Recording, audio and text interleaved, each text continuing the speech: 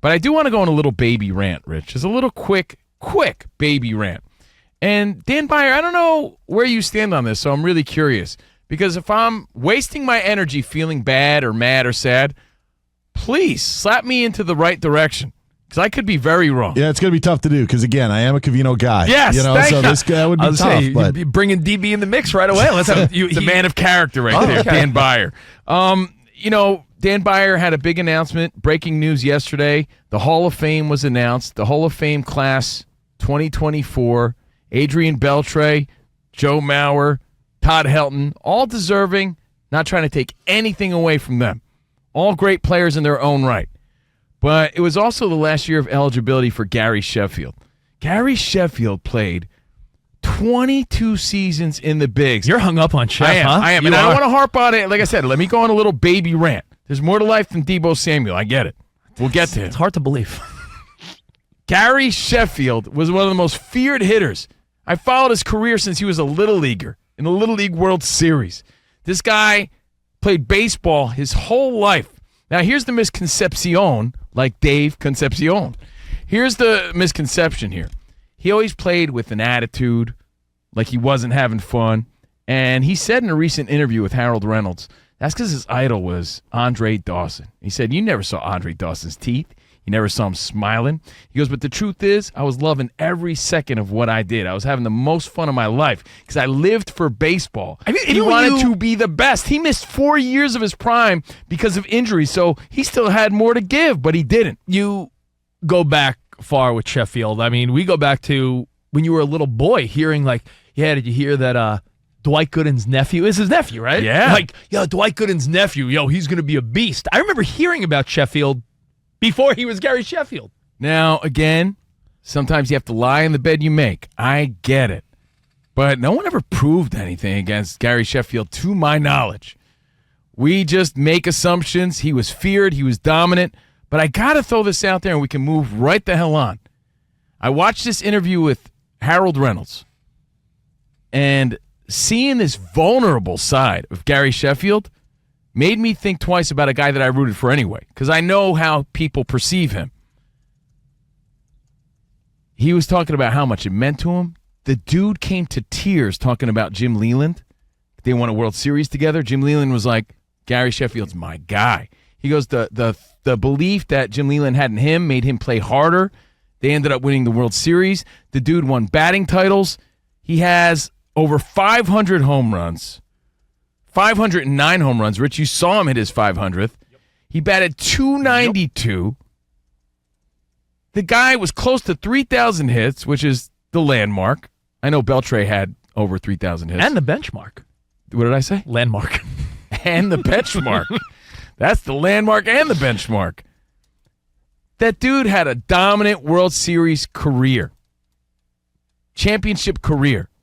And he's not in the Hall of Fame. Well, again, we have the same conversation all the time, but this one really bothered me because there was no one more intimidating. You know what it comes down to? Gary Sheffield being on the Mitchell Report. Yep. And saying once, he used the cream when training with Barry Bonds. That's the only admission Gary Sheffield has ever said. And the only thing is he was on the Mitchell Report back in the 2000s, and he said one time, he hung with Barry Bonds and used the cream. Now, sometimes you don't sympathize because you think that certain players don't care about these things. And you probably think that a guy like Gary Sheffield, a hard-nosed, intimidating player like that, didn't care. Again, I saw him in this interview talking about how much it meant to him. And for him to be overlooked and non-eligible anymore, I'm just thinking to myself, it goes back to the same story you have every year. Baseball fed off of this story. This guy gave 22 years of his life to the game. Give me a break. Give me a break.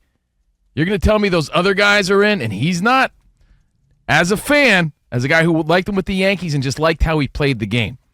Give me a break, by the way, great TV theme song.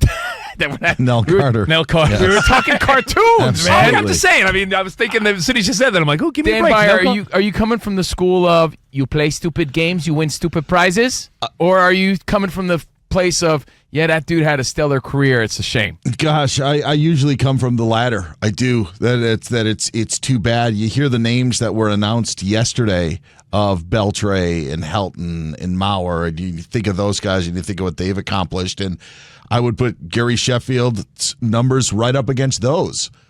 I had a Gary Sheffield poster on my wall with the Brewers when he was, because he was a badass. Yeah, young talent. Yeah. And maybe the next after Yount and Molitor, moving on, didn't work out in Milwaukee.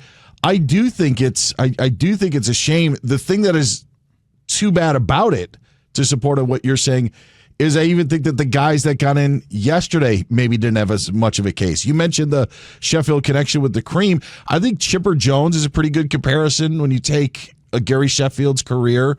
Chipper Jones is a Hall of Famer, and I think a no-brainer.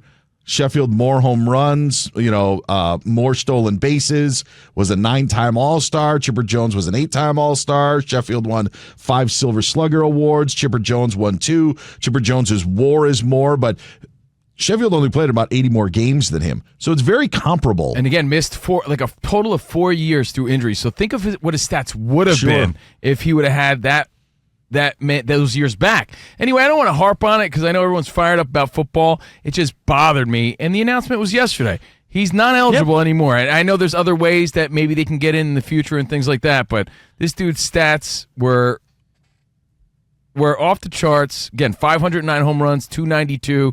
Gary Sheffield should be in the Hall of Fame. That's my side of it. And there's enough to say just of him being on the report while somebody would completely take him off. The only things that I have heard about the ballot yesterday, again, is this the Hall of Fame or is it the Hall of Very Good? I mean, is this class really worthy of these 3 guys getting in? Like, did it need to happen? Like, when I think of a 3-person, class, you think of, when George Brett and I think Robin Yount and maybe Nolan Ryan, I think that was maybe the class of those guys getting in at the same time. Those are different names than the ones that we heard yesterday. Yeah, and for you to at least have I one, agree. Listen, I'm a big baseball fan. Besides harping on the Niners every day, I'm a baseball guy as well, Dan, and Covino and I Gary Sheffield is a guy that was feared. The guys that got into the Hall of Fame yesterday are good players. Yeah, all look good. I'll be honest. Like, people were scared of Gary Sheffield. Yeah, dude. No one said, let me do Todd Helton's stance. No one said, everybody knows him shaking the bat, wiggling the bat. And I'm telling you, it meant a lot to the guy, and that's what bothered me even more. Because if you're a baseball fan, you know how good that dude was. And he's not in the Hall of Fame. And look, if you're a poster boy for steroids, I get where you're coming from. I wouldn't say Gary Sheffield was one of the poster boys. I don't look at him that way. Is that what you had in your room? yeah. But I'm not saying he's poster? Barry Bonds. I'm not saying he's A-Rod. I don't see it that way. But that's what happened, and that's my side to it. How much do you think him moving teams hurt? Yeah, I mean, he bounced around a lot. Yeah, I think that did play a factor, but he did win a World Series. He had his good years in Florida, the Dodgers, Atlanta, New York, Detroit, and the Mets at the end. Yeah, I think that didn't help. Yeah, I agree. Because when he was a non-factor for your Mets. I mean, I told you, I happened just by pure coincidence to happen to be at the game when he hit his 500th. It was at Chase Stadium with the Mets when it didn't really matter anymore. And he was a part of that Marlins team that I think is viewed as let's just put a team together to win it all and then let's break it all apart. But he was there a few years. Like, it wasn't like he was just a show up for a season and move on. Like, he had been, I think he was with the Marlins 4 or 5 years during his career. So he had been there for a little while. 6 years. So, 6. There you go. Even more. 22 years in the bigs. He spent 13 years in the NL, 9 years in the AL. And again, we have this idea of this hard-nosed player. But to see how much it meant to him and him not get in, that's what really made me think twice about it. And, Rich, we could talk about your happiness whenever you're ready. I just wanted to give Gary Sheffield, as the kiddies say, his flowers. Yeah. And by the way, I stand corrected for a second. I started thinking when I said Sheffield, it was at the inaugural season of Citi Field. Oh, when he hit his 500. Yeah, 09. So and he ended up with 509. 509. And to round out your conversation before we get to some football, because that's what everyone's thinking about anyway, Gary Sheffield was a feared player.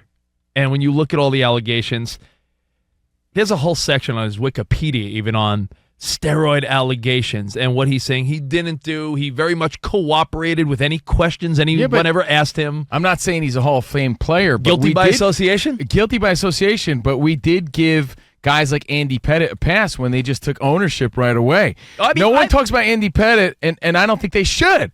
But no one talks about him as like, man, that guy abused steroids, and they won all those rings with the Yankees. No, he said, you know what? Yeah, I did it to heal my injury faster, and I just wanted to get back on the field. And they moved on, and no one really bothered the guy again. You ever try to dip away from a scenario that you're like, yo, this is not me. I don't want to get wrapped up in it? Explain. Like Gary Sheffield is sort of guilty by association. Like, oh, he trained with Barry Bonds, used the cream once. There was a time in the 2000s I was a single guy. Okay. And some girl who was just a smoke show. She was absurdly hot. Smoke show. Not the type of girl I was going to end up with, but I was like, I want to go there. She's like, come to this party with me in Jersey. I'm like, all right, fine.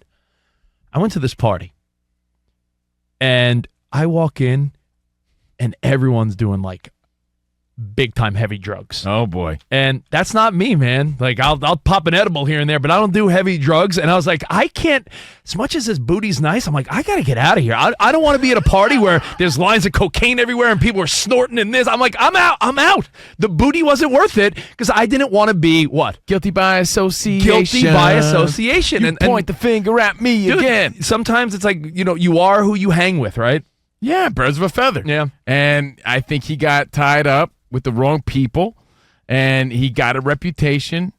It worked against him. That was my, but again, that was my way also of letting you know I do have some morals. You have some boundaries and morals. I It's have nice boundaries, to see. Danny G. Nice to see. But look, when you see those guys get in, and that's not to take away from them, and guys like Gary Sheffield, they're like, oh, sorry, you're not in.